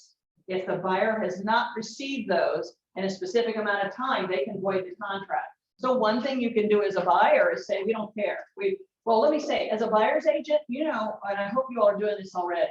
When your buyer wants to buy in a community, if you do an entire search of that community, look under the docs, somebody's put up the declarations and bylaws. So go ahead and send it to your clients and say, look these over. Now, do you care about financials? Do you care about all that? If you do, I'll get them for you. But now that you've read decks and bylaws, are you comfortable waiving all that you don't even need to read it? And if you can waive that, that's one more thing. When I'm telling you, there's so many times when I've got two offers side by side that are almost identical, but this one said, forget the decks and bylaws, we don't need it. Okay, you win. Because that's one less thing that I don't have to do. I don't have to go track that stand. I don't have to pay the money. I don't have to do whatever I do. So again, have that discussion, provide your buyer the information they have. Earnest money, the higher the better. Again, I can almost tell you, if you're putting in earnest money after the home inspection, again, to me, that is a lower level of commitment than putting up the earnest money as soon as you go into contract. So if your buyer is serious about a home, you put your earnest money, the higher the better, and put it in right as you go into contract. And then you say that the earnest money is non-refundable unless the buyer closes on the home. That's the next, again, your buyer wants a home inspection, but you put up a ton of money and say, look, unless we close, the money's yours. That's a pretty strong argument for you as a buyer. Under home warranty, if the seller offers it, this is a 50-50. If the seller's offered it, it usually means it's already been contracted with the home warranty company. I know on our team, it doesn't matter one way or another. If you ask for it, if we've already offered it, we're not going to count it against you to ask for it. But again, to ask for no more home warranty or ask for it, but say the buyer will pay for it. again, if your buyer says, I really, really want a home warranty, well, that's $500, you pay for it, okay, and we will get it. That's another way as an agent, when agents say to me, what do you think about reducing my commission to help a buyer? Much less painless way to do that is say, why don't I pay for your home warranty? And then they feel good, like you're doing something for them, and it's not a percent drop. It's just a contribution for something to help them, if you feel like that's the case. Closing, obviously, the closing date preferred by the seller. And if you don't know, ask. Good agents are putting that in there, what their buyers want, but ask, and then the others are there. And then the same thing with possession. I put in red that the possession most preferred is to the seller at no cost. Yes. There's a home warranty contribution to that would be considered. Yeah, but you put it in the contract, not an inducement, but it has to be disclosed. So what I put in a counter offer is buyer request home warranty, ABC home warranty at a cost of $735. Keller Williams, Greater Columbus, and agent Kathy Chiero request that the cost of that home warranty be deducted from realtor's commission at closing. So again, it's just, you're just shifting the money from the seller side to the buyer side, or you can put it in, you can say at the cost to the buyer. As long as it's disclosed, it's not an inducement. They're already buying the home. But if the buyer says, yeah, we'll pay for it, then you put the home warranty in there and you say to be paid for by the buyer at closing. The other thing I recommend you do, and by the way, this is written cafeteria style where your buyer picks and chooses. I'm telling you, the winning bids do everything on here. Everything in red is what the winning bids do. So if you set this in front of your buyer and have them read it, and they say, well, I could do this and this, nope, not doing that. I could do this, well, this maybe, then you need to make sure they understand that without doing everything in red, they have a very slim chance of getting a home in a market or on a home where there are multiple offers. Because not only is everyone doing it, usually the top 4 or 5 are doing it on here. There's not just one crazy person. It's you've got 4 or 5 of your. I called a listing agent 2 weeks ago on a home that I thought we wrote a spectacular offer, and I called her because we didn't win. And I said, we'd love to be in the backup. And she says, well, Kathy, you weren't even in the top 5. All right then. So, but anyway, she laughed. And she goes, well, I'm trying to remember your offer. Were you this and this? I said, yeah. This, well, we had, 4 offers that were better.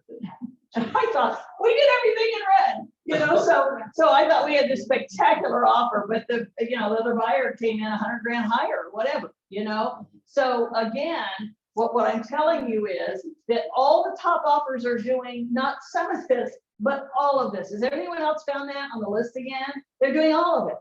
So all the things we thought were just crazy and really stretching 5 years ago are now just the comments, what everybody's doing.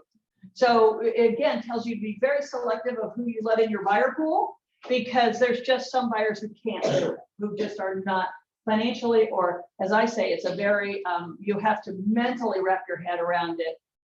Mary, my assistant's working with a buyer right now who's looking at condos, and she swears she's not going to do any of this. Well, I told Mary, as long as it's just a condo a month here or there, if she wants to move forward with her, she can. But you don't want to be running around town with somebody who has mentally not bought into the market. I had a conversation with a young man this week who's in Marysville, wants to sell his home, but he said, I'll tell you right now, I'm not moving twice. I said, all right, well, we'll have that conversation. I said, but these are, I'm on the phone with them. I said, before I come out, I want to make sure you understand. I'm going to send you a copy of this because they have to buy a house. I'm going to send you a copy of my book, 10 Ways to Win. I said, I want you to read it. And if there's anything in that book you can't do, it's probably not a time to sell your house. And, I said, can you afford to buy a home without selling? Oh, no, we need our equity in the home. I said, okay, then I'm going to say this, not his mother referred him to me. I said, I'm going to say this nicely, and then you can go back to your mom and say she really screwed up in the realtor she sent you. I said, but you can't do it. I cannot write a sale of home contingency. You can't buy a home in this market doing that. He goes, oh my gosh, well, what do people do? I said, they move twice. Yeah. I said, they move twice. So you really need to have that conversation with your wife. And if you decide at least you want to hear about it, I'm happy to come out to your home. I said, but if it's an absolute non-starter, then you're purchasing a home in this market is a non-starter.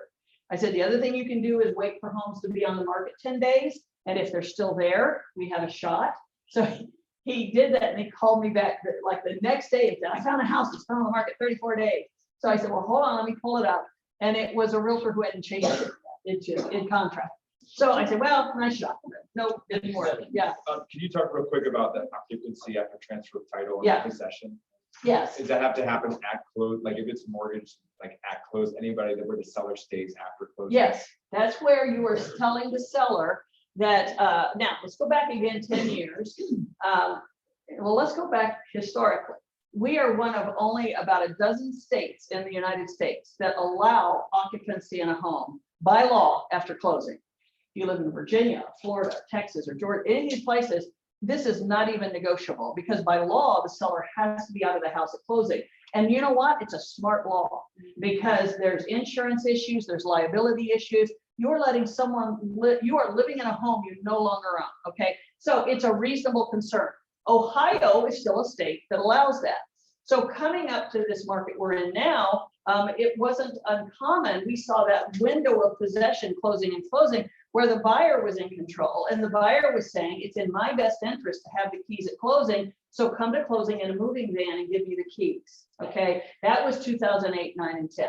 So then we come into this market and all of a sudden it's a seller's market. The seller can dictate when they want to get that moving van to the house and when they want to deliver the keys.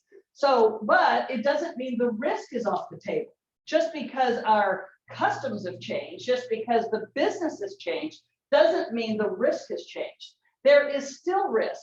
For every day that seller lives in the home that they don't own, it is risk to them and it is risk to the buyer because the buyer now has a tenant in their home. So there's certain structures that need to be in place to protect all parties. Let's start with the lender. The lender is going to say, I didn't give you financing as a landlord. I gave you financing as an owner occupant. Therefore, you must occupy that home within 60 days. So let's start with that. We don't have any choice unless we're going to sign a fraudulent document. We don't have any choice that that buyer has to occupy the home within 60 days. What do we do with that 60 days? Well, let's say we have a seller who wants that whole 60 days. They're having a home built, they're moving, whatever they need that 60 days. So what the contract, we don't determine the terms of that occupancy after transfer of title, which by the way, the reason we don't call it a lease is because if we call it a lease with a landlord and a tenant, we fall under Ohio's tenant landlord law. And then that's a whole nother ball of wax where somebody can petition and you have to give notice and it has to go to court and all this. So we don't call it that. It's not a lease. It's not a rental agreement. It is a courtesy occupancy after transfer of title. That's the reason we pay attorneys so that they can distinguish that.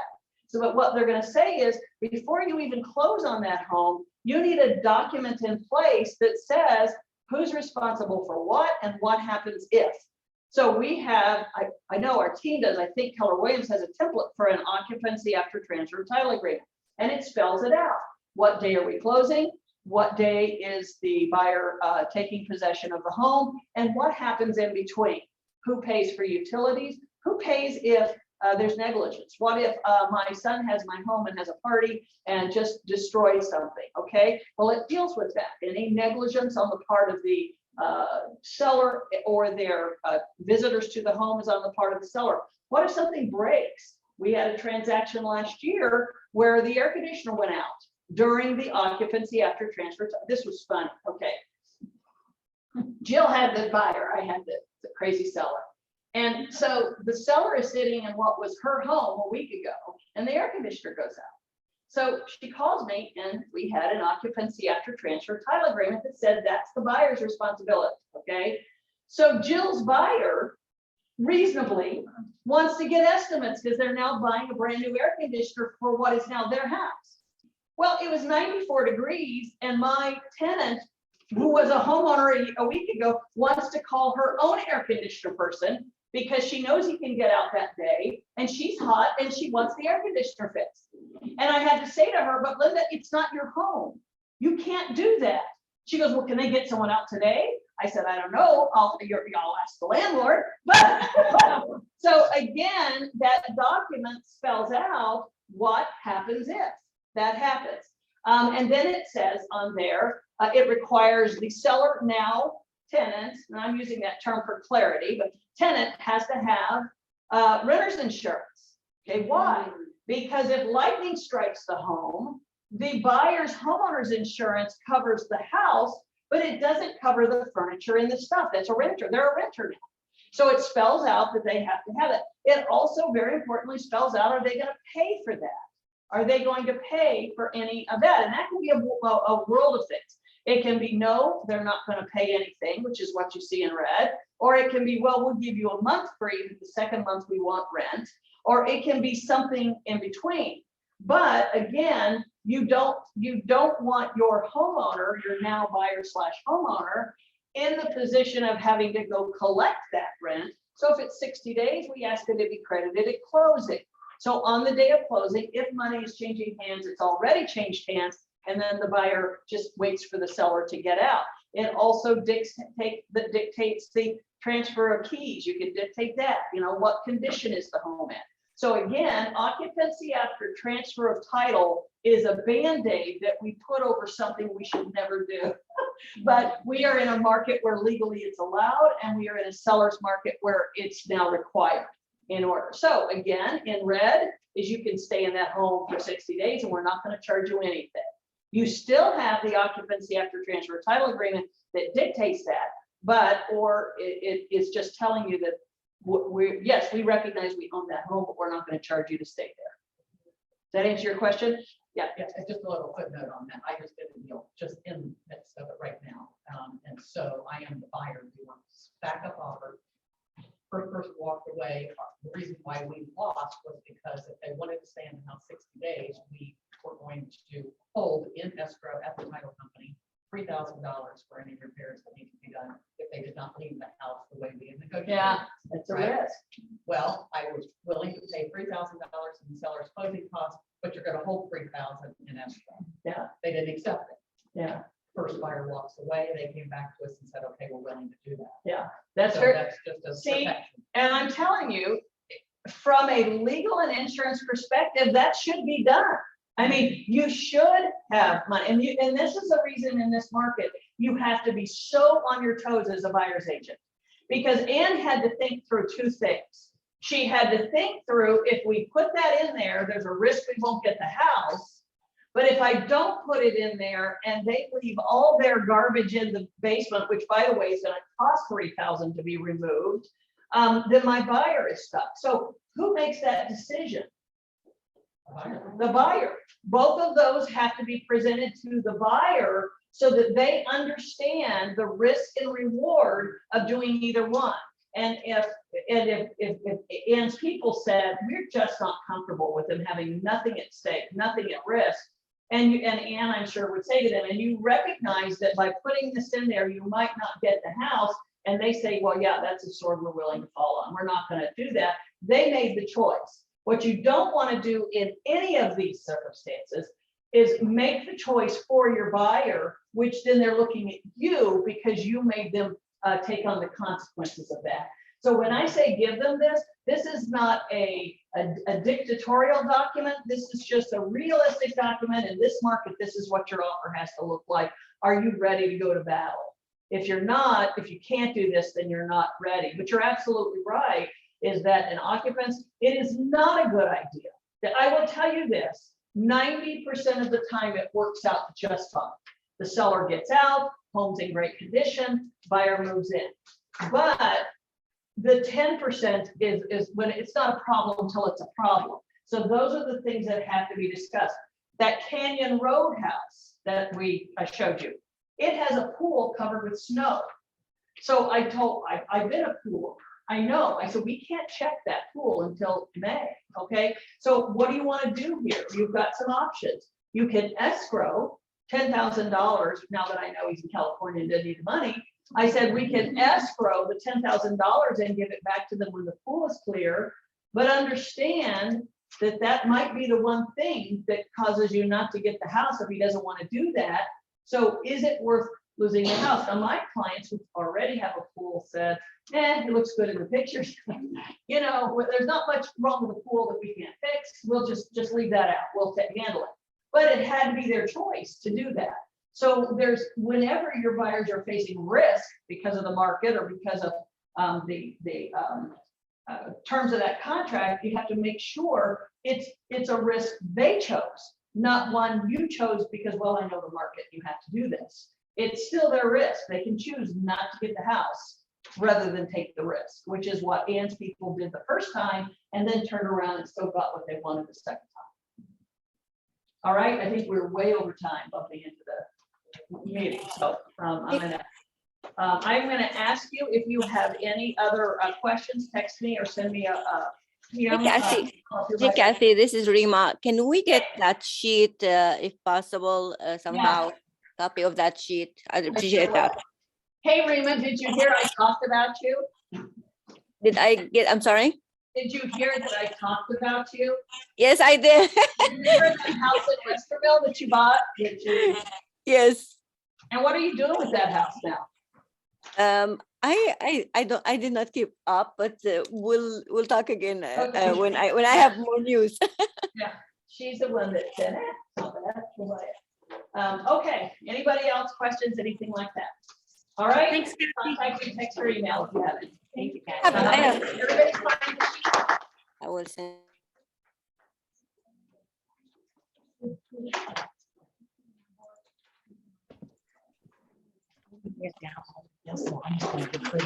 Okay. Kathy, if you have more questions, where do we send them to? Just email me, Prima.